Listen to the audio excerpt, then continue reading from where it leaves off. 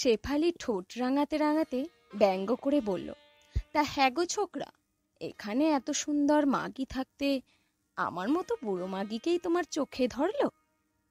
অবশ্য এখনকার ছোকরাদের কি যে মতিভ্রম কে জানে। বয়সে বড় মেয়েদের প্রতি খুব আকর্ষণ। সৌম্য কোনো কথার উত্তর না দিয়ে ছবি আঁকতে ব্যস্ত থাকলো। বছর 42-এর শেফালির যেন শরীরের বয়স বাড়েনি। এই বয়সে ছোকরা থেকে বুড়ো সবাই পাগল তার জন্য। তাই তো যৌনপল্লীর সব যৌনকর্মীরা তাকে মনে মনে হিংসে করে। এখন আবার বছর করে সৌম্য রোজ আসে শেফালির জন্য। রাতে কি হয় তা কেউ জানে না। সকালে যখন বেশ অনেকগুলো টাকা দেখতে পায় সবাই, তখন সবাই শেফালিকে জিজ্ঞেস করে, কি করে এই কচি ছেলেটাকে বশ করেছ গো? রাতের জগতের সাথে দিনের জগতের এখানকার কোনো মিল নেই।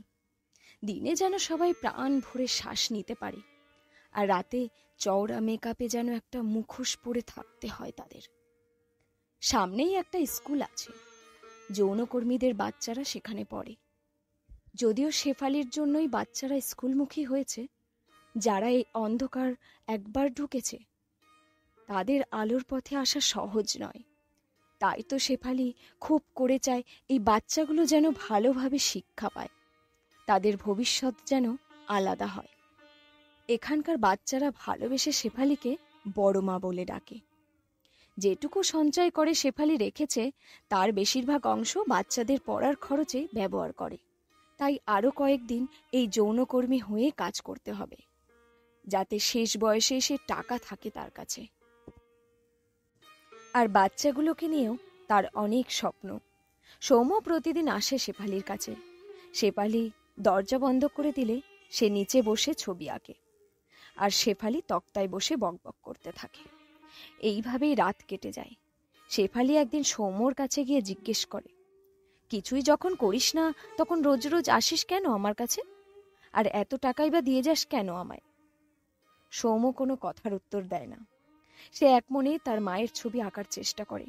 মাঝে মধ্যে শেফালির কথায় রাগে তার কান যেন গরম হয়ে যায়, তবুও নিজেকে শান্ত রাখার চেষ্টা করে। দিন দিন একটা রহস্য দানা বাঁধতে থাকে শেফালির মনে। এতদিন সে চুপ ছিল, টাকা পাচ্ছিল, কিন্তু এখন সে আরো বেশি টাকা পায়। সৌম্য রোজ আসে, নিচে বসে ছবি আঁকে, তারপর ঘুমিয়ে যায়। আবার সকাল হলেই টাকা দিয়ে চলে যায়।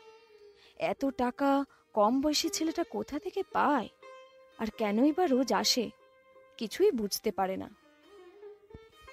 একদিন গভীর রাতে শেফালির ঘুম ভেঙে যায়। উঠে দেখে সৌম্য তার মুখের দিকে তাকিয়ে আছে।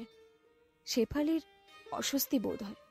কোনো রকমে নিজেকে সামলে নিয়ে বলে, এই ছোকরা, তুই এমন করে কি দেখছিস? সৌম্য শেফালির চোখে চোখ রেখে বলে, কখনো নিজেকে ঘেন্না হয়নি তোমার? শেফালি আস্তে আস্তে একটা মায়ায় জড়িয়ে যেতে থাকে।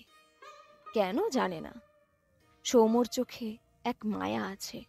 বেশিক্ষণ চোখে চোখ রেখে কথা বলা যায় না। মনে হয় সৌম্য তার ভেতরকার সব ঘটনা পড়ে নেবে। সৌম্যর আঁকা ছবিটা প্রায় শেষ হয়ে এসেছে। শেফালি তার পাশে বসে জিজ্ঞাসা করে, তুই কার ছবি আঁকিস? সৌম্য বলে, আমি আমার মায়ের ছবি আঁকি, যদিও তিনি এখন আর বেঁচে নেই।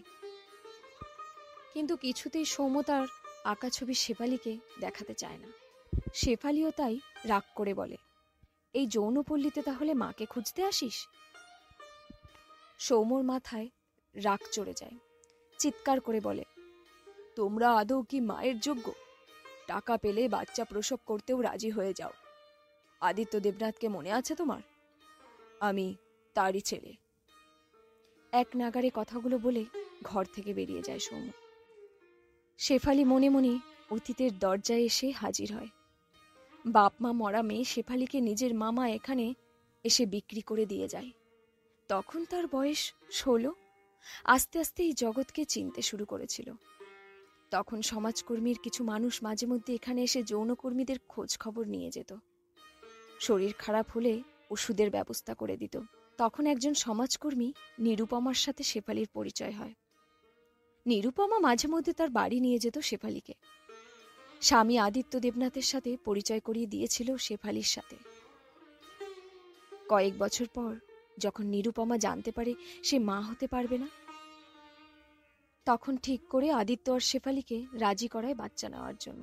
দুজনেই কঠোরভাবে প্রতিবাদ করে, কিন্তু নিরুপমার কান্নার কাছে তারা দুর্বল হয়ে যায়। শেফালির গর্ভে জন্ম নেয় সৌম। গায়ে আদিত্য দেবনাথের রক্ত।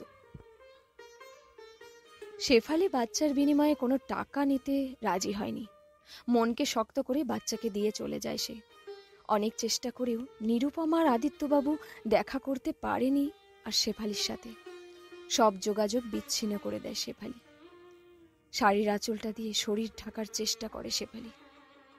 কোনো রকমে চোখের জল মুছে অপেক্ষা করতে থাকে সৌম্যর জন্য। খুব ইচ্ছে করছে তার সৌম্যকে জড়িয়ে ধরে আদর করতে। সৌম্য আবার আসে শেফালির কাছে। নিজে হাতে রান্না করে সৌম্যকে খেতে দেয়। কোনো কথা না বলে সৌম্য খেয়ে নেয়।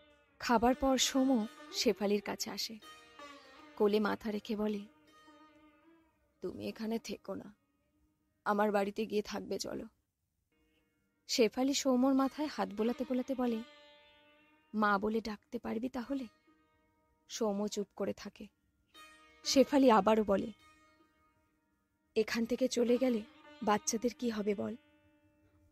ওদের যে পড়াশোনা বন্ধ হয়ে যাবে, তার চেয়ে বরং আমি এখানে থাকি।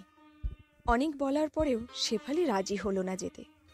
তাই বাধ্য হয়ে সৌম্য বলল, আমি তোমাকে প্রতি মাসে টাকা পাঠাবো, তুমি আর এইসব কাজ করবে না।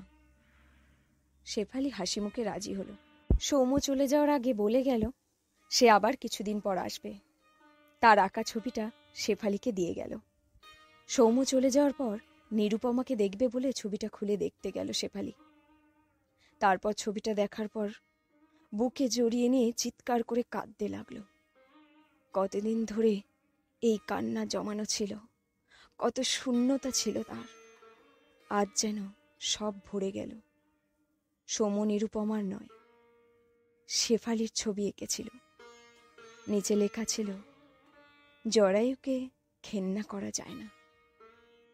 গল্প জরায়ুর আক্ষেপ। কলমে মৌসুমী হাজরা।